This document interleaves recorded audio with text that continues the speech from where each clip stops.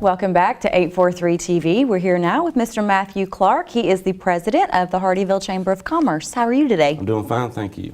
So you guys have a ton of new business prospects coming to Hardeeville because this area surrounding here is growing ridiculously in a good way. But what other projects have your chamber been working on? Well, the chamber is very community oriented. We do several events throughout the year to involve the community and also to promote tourism.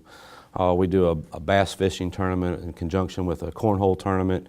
We do a South Carolina, Georgia barbecue competition.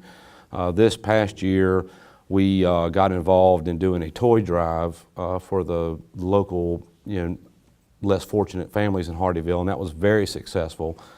And just try to do as much community-oriented things as we can to bring the Hardeeville community together. And what's your next big event? You got something coming up? Our next big event is the South Carolina-Georgia border barbecue cook-off. That'll take place April the 11th and 12th.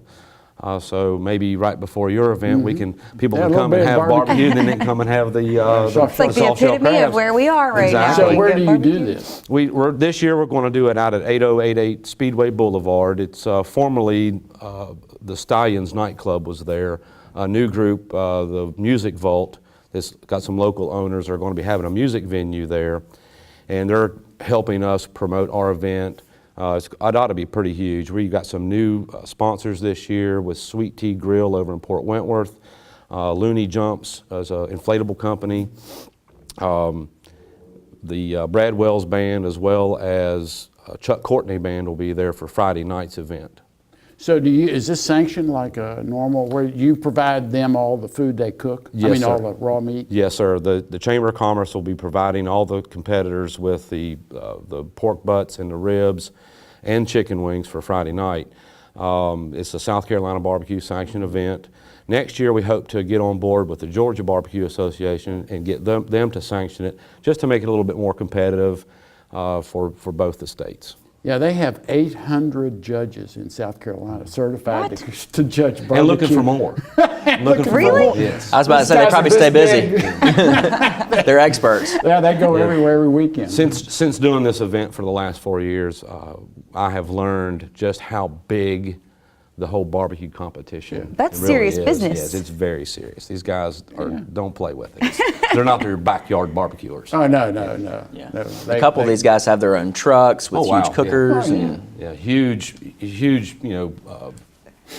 rigs coming in with. And if you think you don't like barbecue, you've never had South Carolina barbecue. I was going to say, you Georgia teams may disagree. Well, Southern barbecue, there's a big difference. either way, we all get to benefit from the competition. Yeah, exactly. Sounds good to me. Can you tell us how the event has grown over the past few years? The event has grown exponentially over the last few years. The first couple of years we struggled, mainly due to just lack of knowledge of how these competitions worked. And then the weather played a huge part of it because it's an outdoor event. Right. But we have obtained some really great sponsors. We've obtained a lot of knowledge on how to just orchestrate the whole event. The community has gotten behind it, involved real well, so it's grown quite a bit. And this year, with the folks over at Music Vault helping us out so much with their promotions and things like that, we expect a real tremendous event this year. So how many cookers do you expect? We've been averaging anywhere from 10 to 14. This year we hope to maybe get 18 teams in there. If it all goes well, the area that we are over here at the Music Vault, we have the room to possibly do 40 or 50 teams. It's a very large area. That's a whole lot of barbecue. Oh, yeah. It's a whole lot of barbecue, yeah.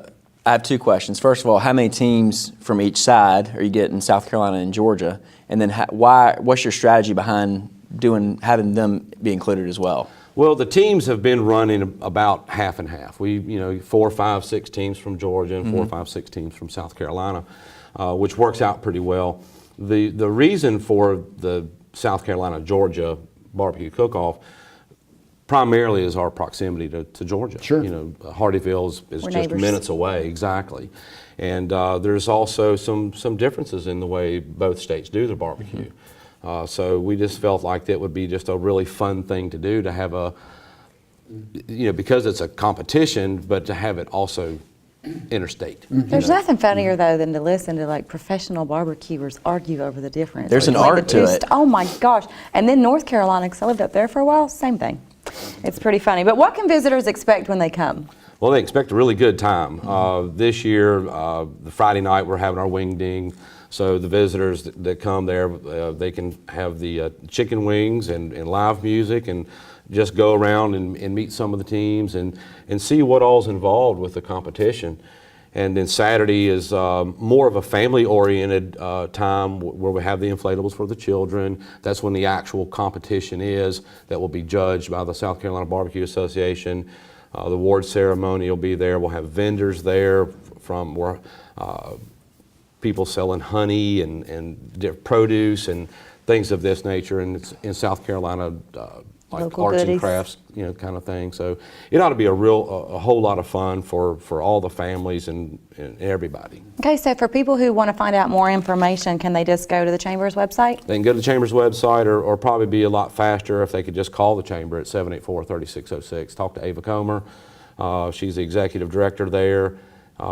She can give everybody the information, and of course we'll be having signage put up. But it's April the 11th and 12th, which is a Friday and Saturday, starting off at 6 o'clock on Friday and going And until we get hopefully it'll done. be nice and warm. We're praying for good weather this year. Praying for We're good weather hoping that this year. nor'easter stays north enough that actually feels like spring down here. Well, thank you very much for being Thank you with for us. having me. It sounds delicious, and now I'm really hungry. So make sure that you come back and join us next time for more 843 TV. Where communities come to speak.